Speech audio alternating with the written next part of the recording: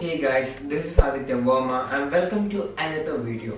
So you may have read about this in the newspapers. Basically, the first ever image of the black hole has been captured. And this is an image of the M87 galaxy or the Messier 87 galaxy.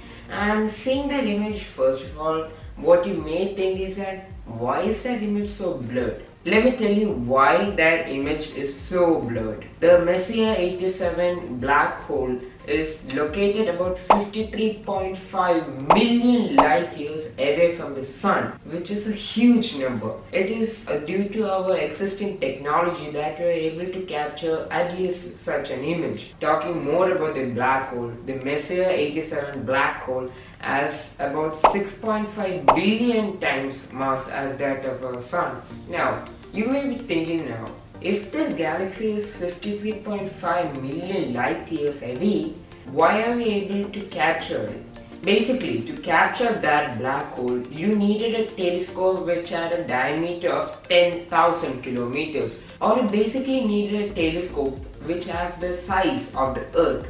Now, in practicality, you can't do that. So what scientists did is that they placed 8 telescopes around the world which tracked this black hole and captured the image. This technique is known as Very Long Baseline Interferometry, or in short form VLBA. Now these telescopes captured radio waves which came from the black hole, and these radio waves are being used to create the image. Time was an essential factor in forming this image. One mistake and everything could go wrong. So an enormously powerful atomic clock was placed in these telescopes so that there was no problems related to time. And this atomic clock is known as the hydrogen maser atomic clock, which loses about 1 second in every 100 million years. So according to VLBA, another thing was done in order to form a noiseless image, and this was done by multiplying the results obtained by various telescopes. Now, scientists had to track the black hole for a long period of time. You may know that this requires a lot of amount of data, and that's true. In fact, petabytes of data were collected, and the group tells that about 64 gigabytes of data was collected in a second. Now, what do you do with this data? Well, an algorithm was created by Bouman and her team, and this is known as the CHIRP, or the continuous high resolution image reconstruction using patch priors. So you may know that light is basically a collection of bright points. So what this algorithm did is that they found the brightest part in an image and they stitched them together so as to form a noiseless image. This was also done to maintain continuity. So let's just observe that image for a second. You may find there are bright parts, there are dim parts, and there is one area where there is no light at all. And this area confirms a scientist's theory that black holes do exist, because this is the point where light does not come back. So this amount of luminosity in the image is known as relativistic beaming or Doppler beaming. Basically, the light coming towards us is brighter and the light going away is dimmer. So why is that light curved? For this, we may have to enter into the scientific aspect of things. Let's first draw a picture of a black hole.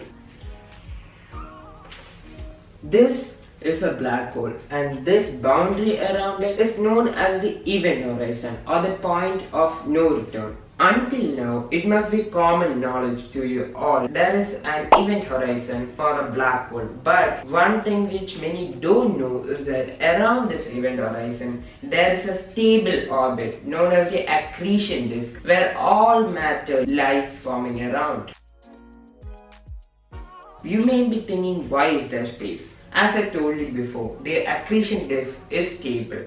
So there's a boundary between the event horizon and accretion disk, and this space is said to be about 3 Schwarzschild radius. But the thing here is that we all know light. Light is composed of photons, and photons essentially don't have mass. Since photons don't have mass, they can exist even more closer to the event horizon. So let's represent the sphere where light can travel up to. This is known as the photon sphere. You may be thinking what may be the distance between the photon sphere and the event horizon.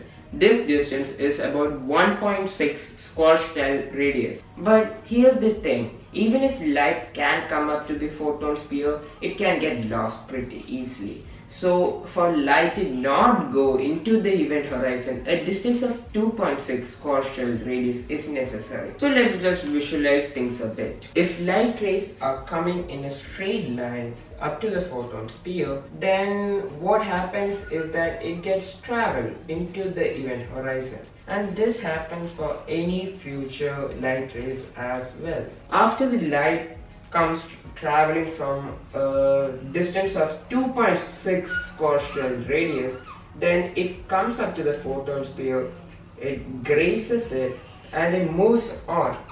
And it moves on to infinity. Thus, a distance of 2.6 Schwarzschild radius is necessary for a light to just graze around the photon sphere and come up to our telescope. As you guessed, this light is coming up to our telescope, and the image of the black hole that we get is 2.6 times magnified. So again, let's emphasize on the fact that we came to the scientific aspect of things to see that why light travels in curved lines. We have all studied light goes in straight lines in our schools, right? So why is this light going in a curved fashion? Well, the thing is that black hole can warp space-time. So light rays obviously get curved. The shadow of the black hole is the closest we can ever get to the black hole. And I don't know if in the future we can get obviously further, because even light does not go further. So there is no means of saying what is inside a black hole, at least for now. To some of you who knows a lot about space, you may know that there is a black hole in the center of our own Milky Way galaxy. This is known as the Sagittarius A star, and it is about 26,000 light years away from the Sun. Why are we using a galaxy which is a lot more far away from the Sun when we have the Sagittarius A star? The thing is that Sagittarius A star is a very small black hole. So scientists are yet to invent a better technology to capture the image of the A star. Till then, we may have to wait. So that's it about this video. I hope that you found it useful. What do you think about the Messier 87 galaxy? Let me know in the comments down below. If you like this video, make sure to hit the like button and click subscribe. And when you hit subscribe, make sure to hit the post notification button so that you get notified for every video that I post. So that's it for now. Bye.